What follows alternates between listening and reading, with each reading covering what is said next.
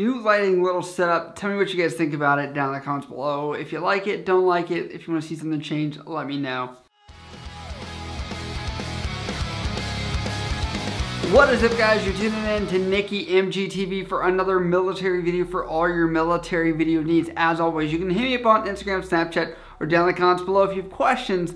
But as always, let's roll right into the topic, and that is the hot, spicy topic of advancing in the U.S. Navy right now. It's actually getting better.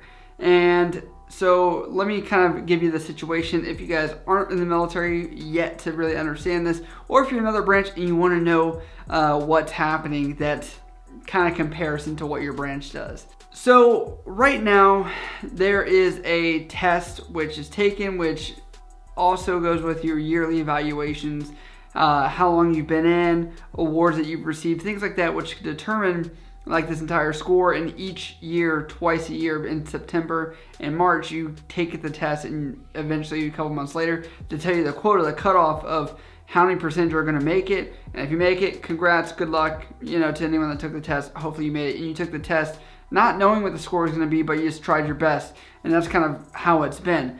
But advancement has gotten a little bit better in regards to where it's shifting to. Previously, they only had a CAP program. I forget what the acronym stands for. If you're in the military long enough, you know that there's an acronym for everything, and I forget the exact words. But anyway, they've changed it to a MAP, Meritorious Advancement Program, which is rolled out. Now they're looking at getting 20% of all those quotas for advancement to be for a Meritorious Advancement Program package for you to rank up. Now, there's a couple big changes from what happened previously and what's happening now in regards to, first off, they are taking it from once a year to twice a year.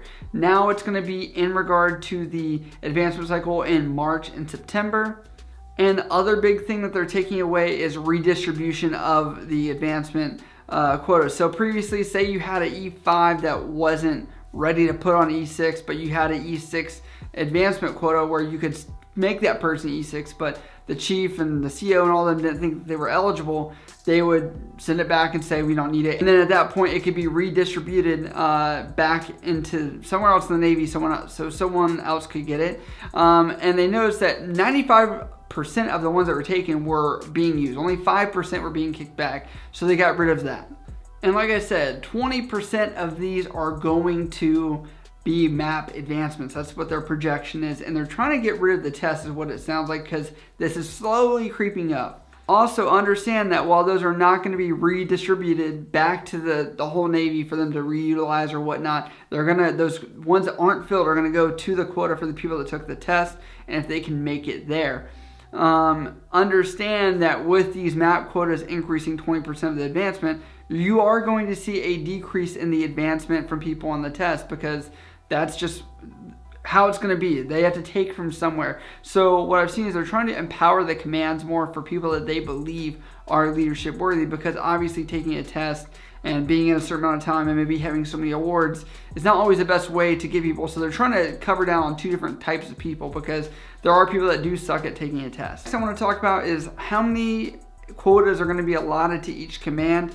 This is something I was unaware of until I read this instruction. The example they give you on the instruction for how many quotas are going to be placed out there for each command, because they're distributed by UIC. If you guys don't understand what UIC is, it's a code for each command and what you fall under. So understand that there's so many billets or manning based on rank in each command, right? So anyway, they say that if you have 12 E5 and below that can be advanced, they're going to give you one map, but it's going to be distributed to the highest amount of the rank that there is. So for example, that they give in the instructions as well is if you had 8 E5s and 4 E4s, they would give you one E6 map or whatever it was, just to give you the idea. They're going to give the higher half of it. Interesting thing I did find out is that if you do have an E4 map, that you can actually use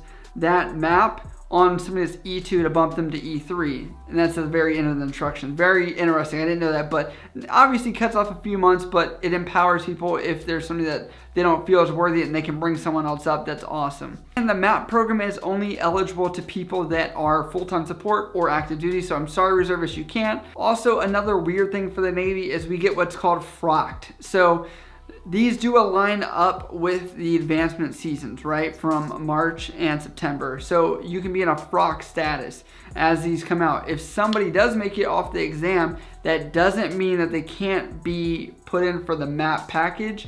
And the whole idea behind this was, I'm assuming, because there can be a delay of several months for you to get paid, whereas obviously if you get mapped, you get paid sooner. Also, it can determine your eligibility for the next advancement for rank. So understand that they can use them on people that have already technically been selected for the rank. So say somebody already was advanced and off the test, it doesn't mean that they would just drop it to the next person, that they could still use that map on that person, even if the person that thinks it would make more sense to advance two people, they're letting you know that's not always the case. So I do understand that the advancement system for the Navy is very complex, but I think that this will be better for people that are not good in the traditional advancement setting. I do think that that's going to go away very soon, along with a new evaluation system, which I'm hoping comes out very soon, because the one we have right now is too complex that I could literally make an hour video and lose you guys the whole time. So if you do have questions about that, let me know. But if you have any other military questions as well, you can let me know in the comments down below or on Snapchat or Instagram. I love you guys. I'll see you next time.